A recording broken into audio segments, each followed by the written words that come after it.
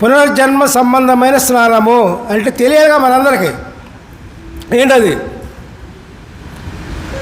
పునర్జన్మ అంటే?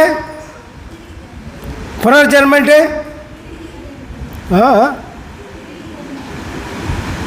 ఏంటో గట్టిగా చెప్పండి. పునర్జన్మ అంటే తిరిగి జన్మించుట. ప్రతి ఒక్కరు కూడా భూలోకంలో జన్మిస్తారు. పెండ్లి అయినటువంటి ప్రతి ఒక్కరికి బిడ్డలు ఉంటారు. వారిని జన్మించడం అంటారు, పుట్టడం అంటారు. మరి వారు తిరిగి జన్మించాలి. ప్రతి ఒక్కరు కూడా తల్లిదండ్రుల నుంచి పుట్టిన బిడ్డలందరూ కూడా తిరిగి జన్మించాలి, తిరిగి పుట్టాలి. తిరిగి పుట్టడం అంటే మళ్ళీ చనిపోయి తల్లి గర్భంలో నుంచి పుట్టాలా? అది కాదు. ఎట్లాగా?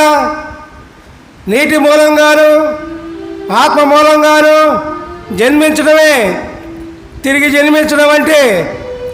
నీరు అంటే దేవుని వాక్కు మూలంగా జన్మించాలి. ఆత్మ అంటే ఆత్మ మూలంగా జన్మించాలి, దేవుని యొక్క ఆత్మ మూలంగా. అది తిరిగి జన్మించడం అంటే. అర్థమైందా?